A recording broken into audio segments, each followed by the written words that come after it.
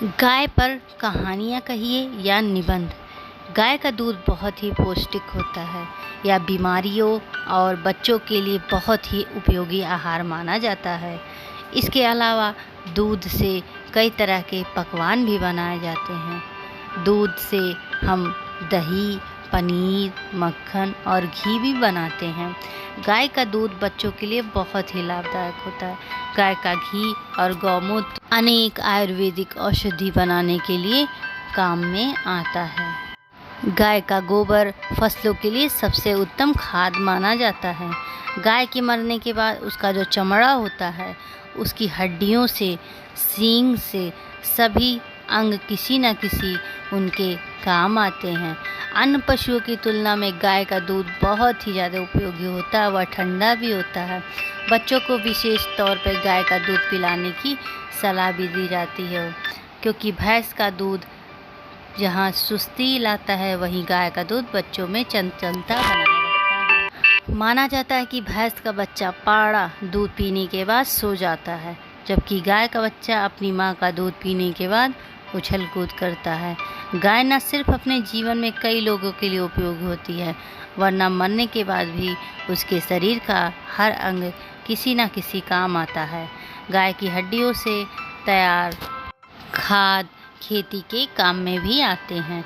गाय की शारीरिक संरचना हम आपको बताते हैं कैसी होती है। गाय का एक मुख, दो कान, दो आँख, 4 थन, 2 सींग, 2 नथुने तथा 4 पाँव होते हैं। सब जानते हैं कि गाय कैसी होती है।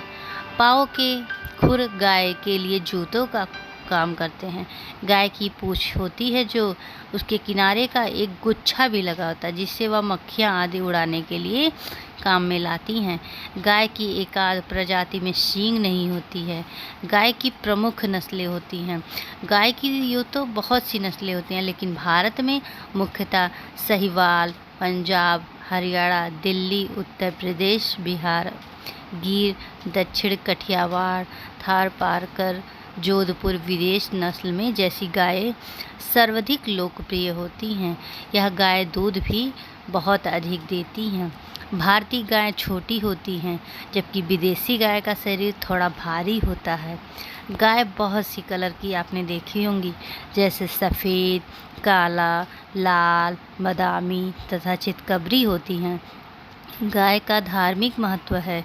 भारत में गाय को देवी का दर्जा दिया जाता है। ऐसा माना जाता है कि गाय के शरीर में 33 करोड़ देवी देवता का निवास है।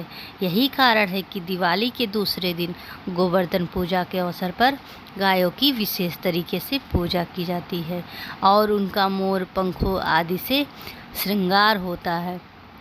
प्राचीन काल में भारत में गाय समृद्धि का प्रतीक माना जाता है। युद्ध के दौरान स्वर्ण आभूषण के साथ गायों को भी लूट लिया जाता था।